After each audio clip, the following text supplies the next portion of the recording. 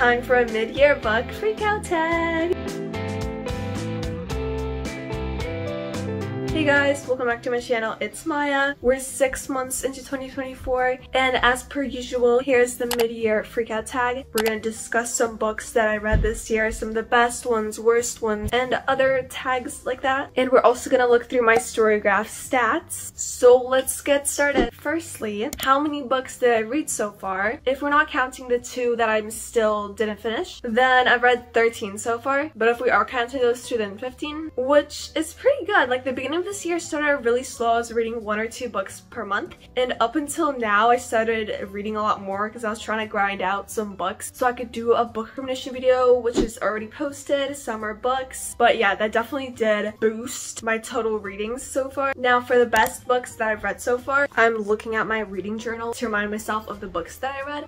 One of those is Traitor to the Throne. This is the second book in the Rebel of the Sands trilogy. I've still yet to read the third book, but the first and second books were so good, the second book even better, and it just feels like a perfect fantasy book. I think I gave this like a 4.75 stars. Next, I definitely really loved Valley Verified. It was just so fun and addicting. This is a standalone contemporary, and I read what it's about, and it sounded really interesting. I was like, huh, this is gonna be fun, but at the same time I didn't expect it to be as fun as it was. It was 5 stars. We follow Zoe, who switches careers from fashion to the tech industry, and she starts working at this tech startup as their marketing manager, and like all those insights on that were so unexpectedly interesting to read about, because I'm pretty sure the author herself works in fashion and tech, so I feel like that made it feel even more realistic. Next is The Hunger Games. I really like this. I think it was like a 4.75 or maybe even a 5.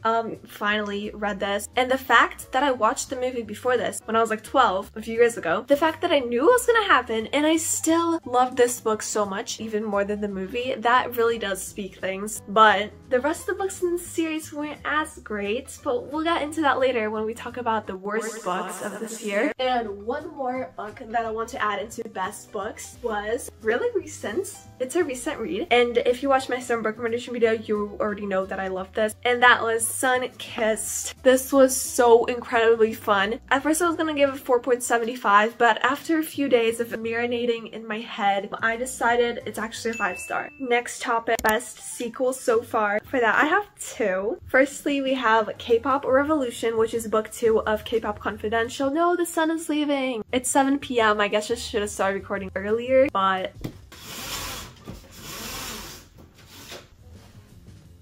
that's better. This is the second book of K-Pop Confidential in the series. Both of the books in the series are big 5 stars. Somehow this was even better than the first, so I definitely recommend this series. And another best sequel, Traitor to the Throne, of course. Now, for the biggest disappointment, as I was saying about the Hunger Games series, it started off great, first book amazing, but it really downgraded all the way to this last book. This was 2 stars. So the first book was the best, then the second book, it started off a little slow, a little but it did get better. So it was like a 3.5 or 3.75, something like that. But then this, it feels like it completely gone off the rails. Like the plot, not great, and so much characters gone left and right, and pretty much everything about this book I did not really like. The reason it's not a 1 star is that I do still care for Katniss, I guess. Kind of want to see where this goes. And even though I just said I didn't care about Katniss, at the same time I didn't care about anything that was happening in this book. I don't know who said the series gets better as it goes on, but I strongly disagree with that statement. Now for the biggest surprise, that was Sun-Kissed. I did not expect it to be as good as it was, probably because I've heard really mixed reviews on this, and also I was considering getting this multiple times before I actually did, but what always stopped me was the mixed reviews on Goodreads. A lot of people were saying it was just 3-star, mediocre, young adult romance, and I was like, probably just another typical YA book, but it was really good. You guys kept suggesting it, and I was kind of like, okay, you know what, I trust you guys. So I read it, and I absolutely loved it. Now I kind of want to read some more books by Casey West. I know she's a really popular author, and she has tons tons of romances. Comment down below which one of her books I should read next, or which are your favorites from her. And also, another one that would go well for a biggest surprise. This one was pretty surprising to me too. Did not expect to like it as much as I did. Now, a new release that you haven't read yet but want to. That would be The Getaway List by Emma Lord. It sounds really fun, and I really liked the Tweets Cute by Emma Lord.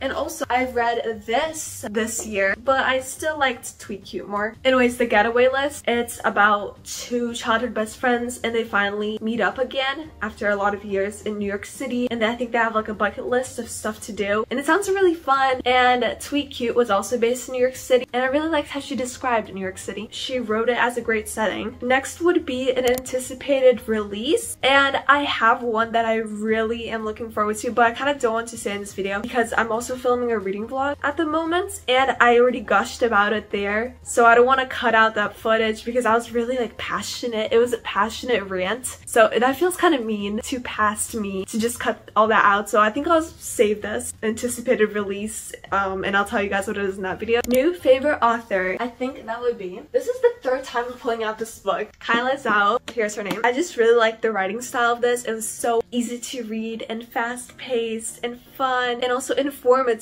Like, I learned a lot about tech from this book, which I really like when books actually like provide useful information that is easily digested and makes sense, and you just feel like such an interesting person for knowing this. She also wrote The Fraud Squad, which I am so excited to read. I don't know when I'll read it yet, but I really want to. And also today on her Instagram stories she posted that she finished writing a first draft for a new book, so that's exciting. Next is newest fictional crush, and to be honest, I feel like no one has piqued my interest that much. Like some other years, I did get some fictional crushes that I still have. The type of characters that you just absolutely love, connect with, and think about pretty often. But this year, that hasn't happened yet.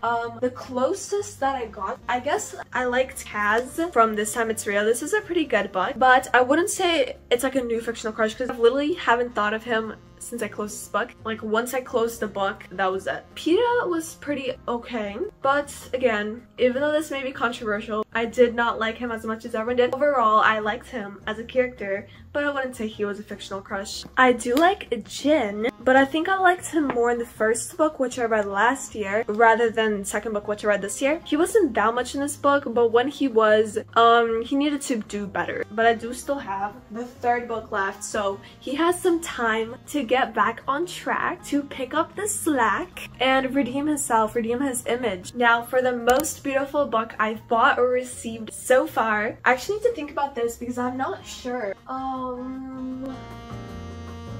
This will take a minute.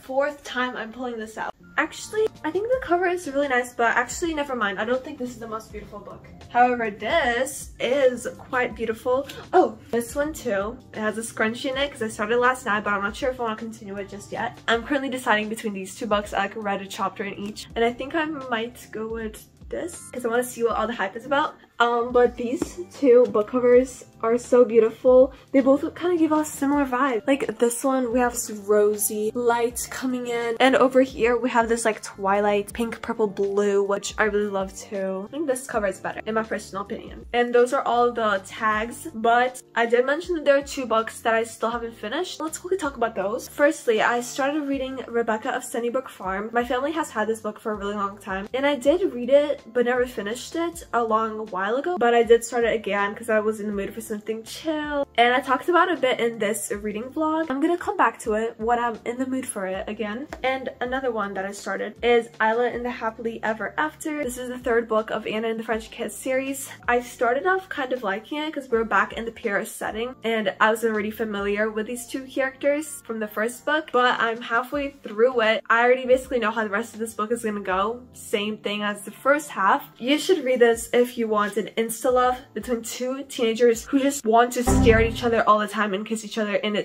do nothing else but think about each other. There's literally zero plot, and it's so annoying. They're just spending every second of the book together, like, so I don't know if I want to continue this. Maybe to see if it will get better, but I kind of doubt it. There's only like a small conflict that he has to go home for winter break. while she's staying in Paris, I'm pretty sure. Or something like that. I already kind of forgot. Honestly, I'd rather continue reading this rather than this. So I might just end up DNFing this. I don't know, not yet, but... And now let's look at my storygraph stats. So it says 13 books read so far, not counting those two we just talked about. And here are the moods. Most percent was adventurous, followed by light-hearted, then emotional, funny, and then some other ones. Now for the pace, 46% are considered fast-paced, 38% medium-paced, and 15% slow-paced. Which ones are in slow-paced? Sun-Kissed? That did not feel slow-paced to me. That felt like perfect, a perfect pace. And then Night Circus, yeah. Number of pages, 77% of the books I read so far were between 300 and 499 pages, then 15% were less than 300 pages, and 8% were more than 500. What was the 500 one? Trace to the Throne? It was that long? I mean, it does look pretty thick. Fiction or non-fiction? 100% fiction. Here are the genres, and most read authors. Only one, because there's only one author that I read multiple books of this year. That was Suzanne Collins, author of Hunger Games. And number of books and pages, as you can see, we started off at a low point, then got higher, and it was kind of like up down until end of June, beginning of July, rocket high, more than double, I'm pretty sure. So we're on a roll, even though that roll has kind of slowed. Taking it slower now since I'm not in a rush. Now, star ratings, I had an average rating of 4 stars. That is pretty good in my opinion. That is really good. Actually, as you can see, it says 12 reviews. Well, I read 13 books and just forgot to rate one of them. So here's the actual average, which is still pretty good. I had 4 or 5-star books, which are the ones that I mentioned as best books. Pretty solid, pretty good. I'm happy with those stats. And I guess this is it for this video. Hope you guys enjoyed. Let me know what was your favorite books so far, and also how many books you read so far. I think I'm doing better than I did last year. You can go watch my past year's video. You can go watch my past year's video. You can go watch my last year's video. Oh, what the heck? Ugh. You can go watch my last year's mid-year freakout tags if you want to know, or if you just want to watch them, you know. Don't forget to subscribe, follow my Goodreads for my ratings and reviews, and I'll see you guys in my next video. Also follow my social medias and subscribe. Don't forget to say that. Bye!